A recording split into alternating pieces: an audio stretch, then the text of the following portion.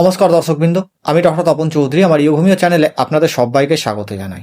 আশা করি আপনারা সবাই সুস্থ আছেন এবং ভালো আছেন। দর্শকবৃন্দ, আপনাদের যখন বয়স 40 থেকে 50 বছর পৌঁছায়, তখন আপনাদের মধ্যে বিভিন্ন রকমের মেজাজের ওঠানামা করা, বা হয়তো আপনাদের কখনো মেজাজ পরিবর্তন হচ্ছে, মন বিষণ্ণ থাকছে, মনের মধ্যে অ্যাংজাইটি, ডিপ্রেশন এগুলো সব প্রচুর পরিমাণে বেড়ে যাচ্ছে। আর তার সাথে হরমোনের ওঠানামা হচ্ছে, ঘুমের সমস্যা হচ্ছে, বিভিন্ন রকমের ভুলভাল স্বপ্ন আসছে, ভুলভাল টেনশন হচ্ছে। যদি আপনাদের এরকম হয়ে থাকে তাহলে অবশ্য হতে পারে আপনাদের মধ্যে মেনোপজাল ডিপ্রেশন নামক যে রোগ, সেটা কিন্তু আস্তে আস্তে শুরু হচ্ছে। দর্শকবৃন্দ, আজকের ভিডিও একদম স্কিপ করবেন না। আমি আজ এই ভিডিওতে আলোচনা করব, আপনার যদি মেনোপজাল ডিপ্রেশন হয়ে থাকে বা আপনার যদি এ ধরনের কোনো সমস্যা হয়ে থাকে, তাহলে আপনি কিভাবে হোমিওপ্যাথিক ঔষধের মাধ্যমে এবং কিছু ন্যাচারাল হোম রেমেডিসের মাধ্যমে আপনি আপনার শরীর, আপনি আপনার মনকে কিভাবে সুস্থ করতে পারবেন, কিভাবে আপনি ভালো হতে পারবেন, কিভাবে আপনি আপনার সমস্যা থেকে খুব তাড়াতাড়ি বেরিয়ে আসতে পারবেন, আমি সেইটা নিয়ে আলোচনা করব। আশা করব আপনারা ভিডিওটা একদম স্কিপ করবেন না, একদম শুরু থেকে শেষ পর্যন্ত দেখবেন। দর্শকবৃন্দ, আমার কাছে 40 থেকে 50 বছর বয়সী অনেক মহিলারাই আসেন এবং তারা যখন তার প্রবলেমটা আমার সাথে শেয়ার করেন বা বলেন, তাদের মধ্যে কিন্তু যে বিষণ্ণতা ভাব, অ্যাংজাইটি ভাব, বিভিন্ন রকমের হরমোনের চেঞ্জেস, এছাড়াও রোজ তাদের মন খারাপ হওয়ার সমস্যা, সকালে ঘুম থেকে উঠে তাদের কোনো কাজ না করার ইচ্ছে, শারীরিক প্রবলেম, মানসিক প্রবলেম, এগুলো কিন্তু তারা অনেকে শেয়ার করেন। দর্শকবৃন্দ, এই বয়সে যখন কোনো মহিলা পৌঁছান, তখন তার মধ্যে যেমন হরমোনের ডিসব্যালেন্স হয়, সেরকম হরমোনের ডিসব্যালেন্স হওয়ার জন্য তার মানসিক দিক থেকে সমস্যা আসে, তার শারীরিক দিক থেকে সমস্যা আসে, এবং মস্তিষ্কের মধ্যে যে ডোপামিন লেভেল বা সেরোটোনিন লেভেল, সেটা কিন্তু অনেকটাই কমে যায়। এবং এই কমে যাওয়ার জন্যই তাদের মনের মধ্যে বিভিন্ন রকমের বিষণ্ণতার সমস্যা, বিভিন্ন রকমের ডিপ্রেশনের সমস্যা, অ্যাংজাইটির সমস্যা, এগুলো কিন্তু আমরা দেখতে পাই। দর্শকবৃন্দ, এবার আমরা জানবো যে এই মেনোপজের ডিপ্রেশনটা আসলে কি বা কিভাবে হয়, কি কি লক্ষণ দেখা দেয়। দর্শকবৃন্দ, যখন মহিলারা 40 বছর বয়সের পরে যখন পৌঁছে যান, বা তাদের যখন মেনোপজাল স্টেট বা মেনোপজাল এজটা বা মেনোপজাল যে বয়স, সেটা যখন শুরু হয়, তাদের মনের মধ্যে বা তাদের মাইন্ডের মধ্যে, তাদের মেজাজের মধ্যে বিভিন্ন রকমের কিন্তু চেঞ্জেস দেখা দেয়। তাদের যেরকম মন খারাপ থাকে, মেজাজ গরম থাকে, সেরকমই তাদের শারীরিকভাবেও বিভিন্ন রকমের সমস্যা দেখা দেয়। যেমন ধরুন, কারো ক্ষেত্রে প্রচুর বেশি রাগ হলো, কেউ হয়তো খুব বেশি ঝগড়া করছে, কারো ক্ষেত্রে হয়তো মানসিক যে ডিপ্রেশন সেটা প্রচুর পরিমাণে বেড়ে যাচ্ছে, কেউ হয়তো প্রচুর পরিমাণে কান্নাকাটি করছেন, কারো হয়তো আগ্রহ কমে যাচ্ছে, কারোর মধ্যে হয়তো আনন্দের অভাব হচ্ছে, কারোর মধ্যে হয়তো অনিদ্রার সমস্যাটা বেড়ে যাচ্ছে বা ইনসোমেনিয়ার সমস্যা বেড়ে যাচ্ছে, কারো হয়তো আগের থেকে প্রচুর পরিমাণে ক্লান্তি আসছে, কেউ হয়তো নিজেকে একা বোধ করছেন। এই সমস্যাগুলো তখনই হয় যখন একজন মহিলা মেনোপজাল স্টেজে পৌঁছে যান, এবং তার ফলে তার মধ্যে কি হয়, ইস্ট্রোজেনের যে পরিমাণটা সেটা আস্তে আস্তে কমতে থাকে, এবং তার মধ্যে শারীরিকভাবে, মানসিকভাবে বিভিন্ন রকমের চেঞ্জেস আসতে থাকে। এবার আপনাদের মনে কোশ্চেন জাগতেই পারে, তো ডাক্তারবাবু, হোমিওপ্যাথি ওষুধ তো অনেক আছে, এমন কি ওষুধ খাওয়া যায় যে আমার সমস্যাটা গোড়া থেকে যেন সেরে যায়, আমি যেন ভালো হয়ে যাই, আমার যেন খাবারের প্রতি আগ্রহ জাগে, আমার জন্য শারীরিক যে ক্লান্তি সেটা যেন ঠিকঠাক হয়? তো এতে আমি বলবো যে দেখুন, হোমিওপ্যাথিক ঔষধ অলওয়েজ কিন্তু আপনি কেমন তার উপরে নির্ভর করে। অর্থাৎ হোমিওপ্যাথিক যে ঔষধ সেটা কিন্তু রোগের নয়, রোগীর চিকিৎসা করে। এর সাথে কি করে, রোগের মেন্টাল যে দিকটা বা মানসিক দিকটা সেটাকে শান্ত করে। মেন্টাল লক্ষণগুলো যেগুলো আমরা দেখি এবং যার মাধ্যমে আমরা ঔষধ প্রেসক্রিপশন করি, সেই যে লক্ষণগুলো সেগুলোকে কিন্তু আস্তে আস্তে কমাতে থাকে। এবং এর সাথে কি হবে, আপনার মন শান্ত হবে, আপনি নিজেকে বেটার ফিল করবেন, এবং সময়ের সাথে সাথে কিছু হোম রেমেডিস বা কিছু নিয়ম যখন আপনি পালন করবেন, দেখবেন আপনার মধ্যে যে সমস্যা সেটাও কিন্তু আস্তে আস্তে কমতে থাকবে। এবার আমি বলবো দর্শকবৃন্দ, টপ 4টে হোমিওপ্যাথিক ঔষধ যা আপনার মেনোপজাল ডিপ্রেশনে খুব ভালো রকম কাজ করবে। প্রথম যে ঔষধ আমরা সব থেকে বেশি প্রেসক্রিপশন করি সেটা হলো দর্শকবৃন্দ সেপিয়া।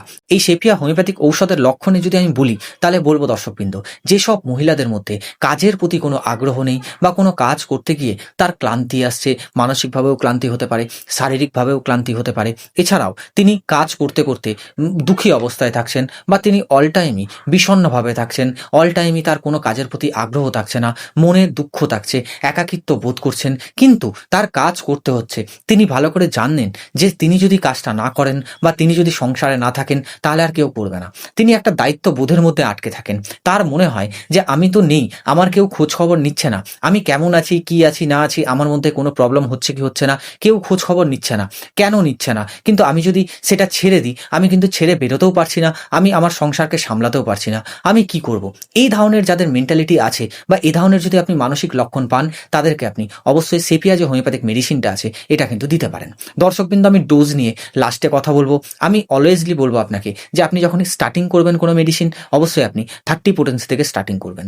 যখন আপনার 30 পোটেন্সি খাওয়া হয়ে যাবে, তখন আপনি 200 পোটেন্সি স্টার্ট করবেন, তারপরে আপনি 1M পোটেন্সি স্টার্ট করবেন। 30 পোটেন্সি আমাদের ক্ষেত্রে বলতে সুবিধা হয় বলেই আমি আপনাদেরকে বলে থাকি বা আমরা আপনাদেরকে বলে থাকি। 200 পোটেন্সি বা 1M পোটেন্সি অবশ্যই চিকিৎসকের পরামর্শে নেওয়া উচিত।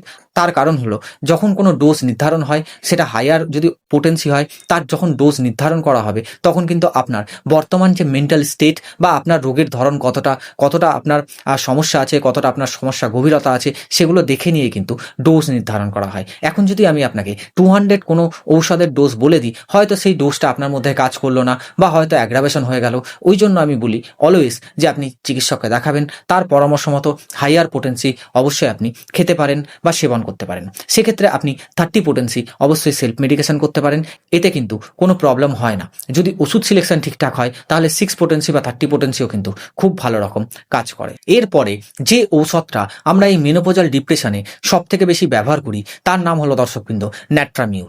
এই যে ন্যাট্রামিউর হোমিওপ্যাথিক ঔষধ তাদেরকেই দেওয়া হয় যারা কিনা একাকিত্বে থাকেন, যারা একটা জায়গায় চুপচাপ বসে থাকেন, অন্ধকার ঘরে থাকেন, তাদের বারবার অতীতের ঘটনা মনে পড়ে, অতীতের ঘটনা ভেবে নিয়ে তারা কিন্তু কান্নাকাটি করেন, তারা একাতেই কান্নাকাটি করবেন, কারো সামনে তারা কিন্তু কান্নাকাটি করেন না।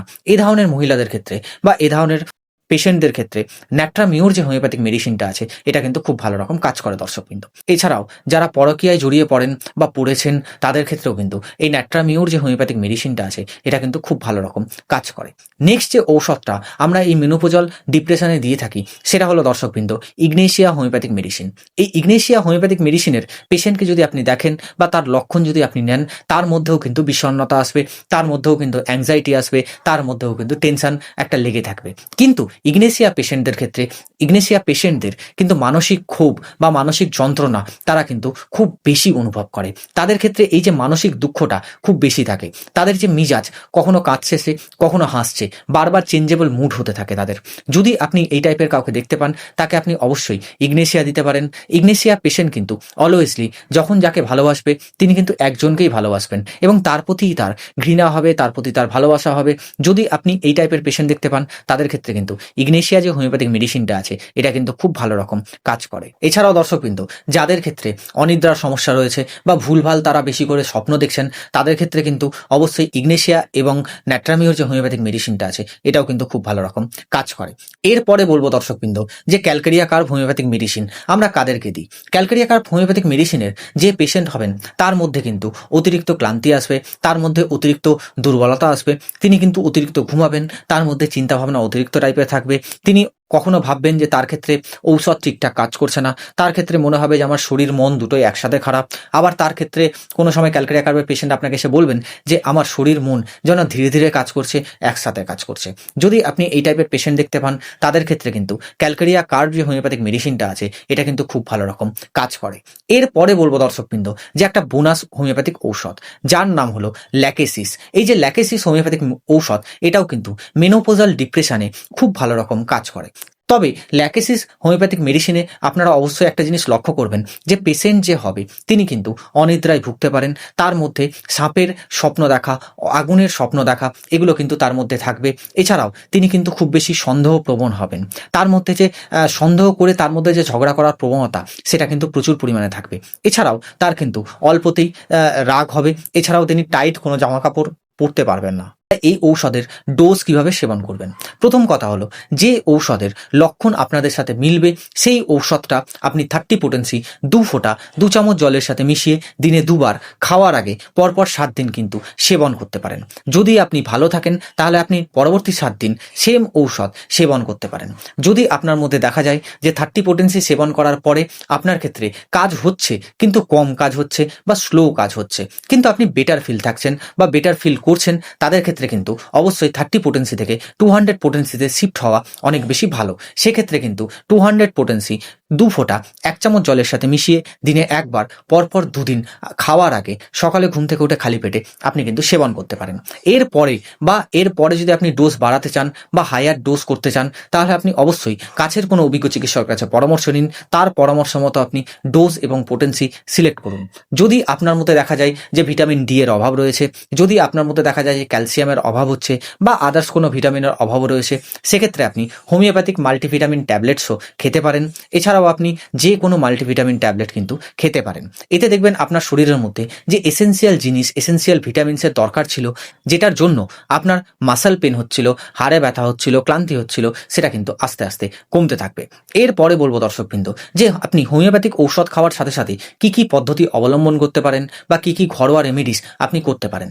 প্রথম কথা হলো, আপনাকে কিন্তু নিশ্চিতভাবে ঘুমাতে হবে বা টেনশন ফ্রি হয়ে ঘুমাতে হবে। ঘুম যেন আপনার 6 থেকে 7 ঘন্টা পর্যন্ত হয়, তাহলে দেখবেন আপনার শরীরের মধ্যে যে স্ট্রেস হরমোনের ব্যাপারটা বা স্ট্রেস হরমোনটা বেড়ে যাচ্ছিল, সেটা কিন্তু কম থাকবে। যদি আপনার অত্যাধিক পরিমাণে চিন্তা ভাবনা থাকে, অ্যাংজাইটি হচ্ছে, কোনো রকম কোনো জিনিস নিয়ে আপনি চিন্তা করছেন, তাহলে অবশ্যই সেই চিন্তা ভাবনা থেকে নিজেকে আস্তে আস্তে সরাতে হবে। এই সরানোর জন্য আপনি কিন্তু অবশ্যই মেডিটেশন করতে পারেন বা ধ্যান করতে পারেন।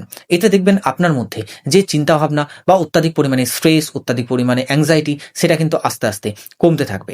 নেক্সট বলবো দর্শকবৃন্দ যে আপনার শরীরের মধ্যে পর্যাপ্ত পরিমাণে ফ্লুইড দিতে হবে, অর্থাৎ আপনাকে পর্যাপ্ত পরিমাণে জল পান করতে হবে।